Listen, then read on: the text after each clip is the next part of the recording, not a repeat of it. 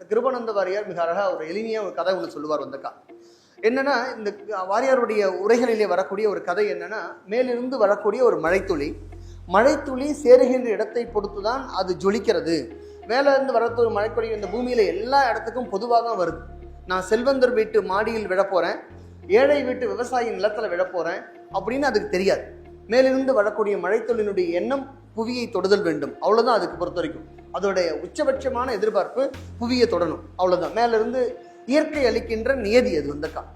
அப்படி மேலிருந்து வரக்கூடிய மழைத்துளி அது நமக்கு இந்த பூமியிலே காய்ந்த நிலத்திலே காய்ந்த பூமியிலே கோடை காலத்திலே வந்து விழுந்த போது பூமியில் விழுந்த அந்த துளியானது இருந்த இடமும் மறைந்த தடமும் தெரியாமல் போகிறது. அடுத்த நொடியிலே எங்க வந்துச்சு எங்க விழுந்துச்சுன்னு தெரியல.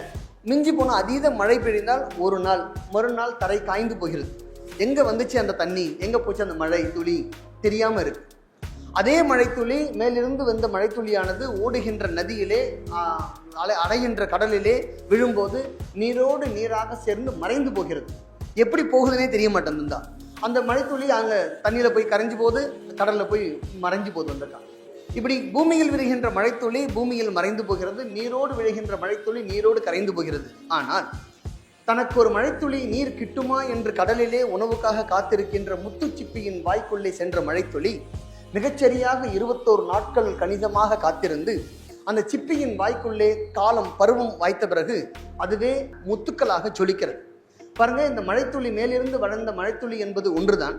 ஆனால் மண்ணிலே விழுந்த போது மண்ணோடு மறைந்து போகிறது, நீரிலே கரைந்த போது நீரோடு கரைந்து போகிறது. ஆனால் சிப்பியின் வாய்க்குள் மாட்டிய மழைத்துளி மட்டும் முத்துக்களாக ஜொலிக்கிறது. எங்கே சேர்கின்றோம் என்பதை பொறுத்துதான் நம்முடைய வெற்றி என்பது, நம்முடைய எதிர்காலம் என்பது. இது கிருபானந்த வாரியாருடைய உரைகளில் சொல்லுவார். எல்லாம் மழைத்துளி தான், அந்த சிப்பியின் வாய்க்குள் போனது மட்டும் எப்படி முத்துக்களாக இருக்கிறது அப்படின்னா சேருகின்ற இடம் மிக முக்கியமானது.